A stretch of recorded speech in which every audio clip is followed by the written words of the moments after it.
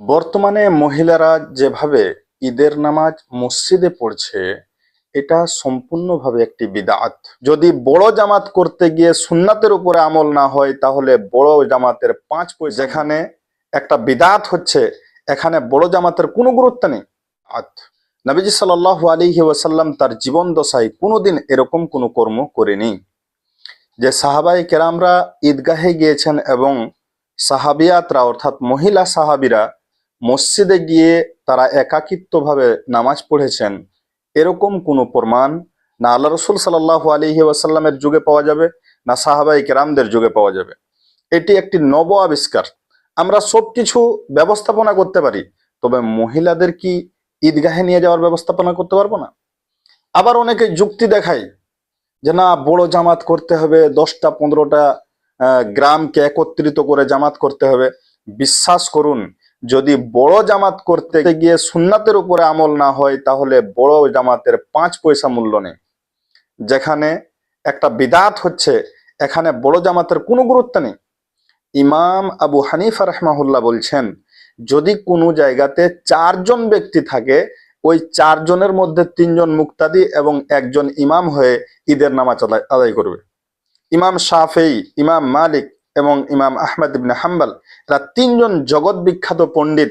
তারা বলছেন যে যদি অন্তত 2 জনও কোথাও হয়, তাহলে সেখানে ঈদের নামাজ পড়া যাবে। তাহলে যেখানে আপনি সুন্নাতের উপর আমল করতে পারছেন না, এখানে আপনি বড় জামাত নিয়ে কি? যতজন আমার এই ভিডিওটি দেখছেন, সমস্ত আমার মুসলমান ভাইদেরকে বলবো, আপনারা যথাসাধ্য ঈদগাহে ব্যবস্থা করুন মহিলাদেরকে।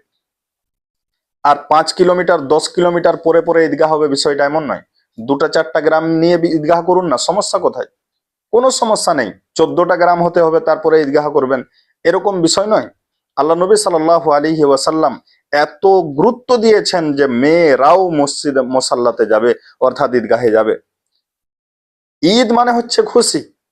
যেখানে আপনি আপনার পরিবারকে নিয়ে যেতে পারবেন না, এটা কিসের খুশি?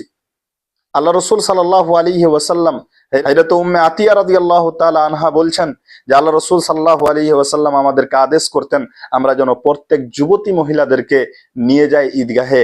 এমন কি যাদের হায়েজ হয়েছে, মাসিক হয়েছে, এরকম মহিলাদেরকেও আমরা যেন ঈদগাহে নিয়ে যাই, আল্লাহ রসুল সাল্লাল্লাহু আলাইহি ওয়াসাল্লাম আমাদেরকে আদেশ করতেন। তো এত গুরুত্ব, এত মাহাত্ম্য রয়েছে ঈদগাহে নিয়ে যাওয়ার জন্য। অথচ আজকে প্রায় মসজিদগুলোতে, বিশেষ করে পশ্চিমবাংলাতে অধিকাংশ জায়গাতে দেখতে পাওয়া যাচ্ছে যে মহিলারা তারা নিজের ইমামতিতে মসজিদে গিয়ে নামাজ পড়ছে। ঈদগাহে তাদের জন্য কোনো রকম ব্যবস্থা নেই। সবকিছু আমরা ব্যবস্থা করতে পারছি, তাদের জন্য এটা ব্যবস্থা করতে পারবো না কেন? 2 নম্বর কথা হচ্ছে, বড় জামাত করতে গিয়ে যদি সুন্নাতের উপরে অত্যাচার হয়, তাহলে সেই বড় জামাতের 5 পয়সা মূল্য নেই।